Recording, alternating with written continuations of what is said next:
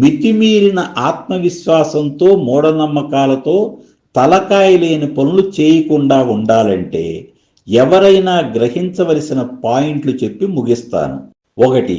స్వీయ ప్రాధాన్యతలతో తలమునకలవ్వకుండా కుటుంబ సభ్యుల అభిప్రాయాలను ప్రాధాన్యతలను పరిగణలోకి తీసుకోవాలి. మరీ ముఖ్యంగా పెద్ద పెద్ద ఖర్చులు, ఉద్యోగ మార్పు, వ్యాపార ప్రారంభం, భారీ మొత్తం లోనుగా తీసుకోవటం మొదలైన అన్ని విషయాల్లో సమిష్టి నిర్ణయానికే ప్రాధాన్యతనివ్వాలి. ఏకపక్షంగా పూర్తిగా తమ ఒక్కరి నిర్ణయాలు అమలు చేయటం సరైన చర్య కాదు. 2. ఏదైనా ఒక ప్రాజెక్టు ప్రారంభించినప్పుడు ఉన్నదంతా ఊడ్చిపెట్టడం మంచి చర్య కాదు. ఇంకా ఇది చాలదన్నట్లు అప్పులు చేసి ఇన్వెస్ట్ చేయటం తలకాయ లేని పనిగానే భావించాలి. మరీ ముఖ్యంగా ఇలాంటి సాహసాలు నడి వయసు దాటాక అసలు చేయకపోవటమే మంచిది. 3. మన చర్యలు వాటి యొక్క మంచి చెడులను నిర్ణయించేది దైవ స్వరూపమైన కాలమే గాని మన తెలివితేటలు కావని గుర్తుంచుకోవాలి. 4. జ్యోతిష్యం సంభావిత సిద్ధాంతం. ఇది కాలమాన పరిస్థితులను బట్టి నిరంతరం మార్పు చెందుతుంటుంది. శుభజాతకమని వెర్రవేగొద్దు, అశుభాల గురించి అధైర్యపడవద్దు.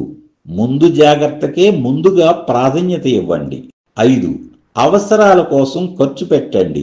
సంపాదన అంటే రాబడి కాదు, ఎంత నిల్వ చేయగలిగవో దాన్నే ఆదాయం అంటారు, సంపాదన అంటారు. 6.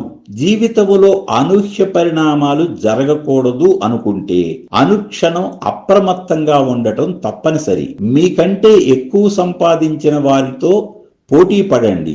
ఆరాటం పోరాటం లేకుంటే జీవితం చప్పగా ఉంటుంది. మీకంటే తక్కువ ఉన్నవాణ్ణి చూసి సంతృప్తి పడండి. 7. ఏ కాలంలోనైనా ఎవరికైనా మనుగడే ముఖ్యం. మనుగడకు ఉపకరించని వాటి మీద ఎక్కువ ధనము కాలము వృధా చేయకండి. అవి ఎంత ఉన్నతమైనవని మీరు భావించినప్పటికీ మీ ఇష్టాలకు మీరే పరిమితులు విధించుకోండి. 8. అహం వేరు ఆత్మాభిమానం వేరు అని పొరబడుతుంటారు. ఆత్మాభిమానం అంటే మరేమిటో కాదు, అహం బ్యూటీ పార్లర్లకు వెళ్ళొచ్చిందని అర్థం. 9. నిత్యం కనీసం ఒక్కటైనా పరోపకార కర్మ చేయటం వలన సజ్జోస్ఫురణ కలుగుతుంది. 10.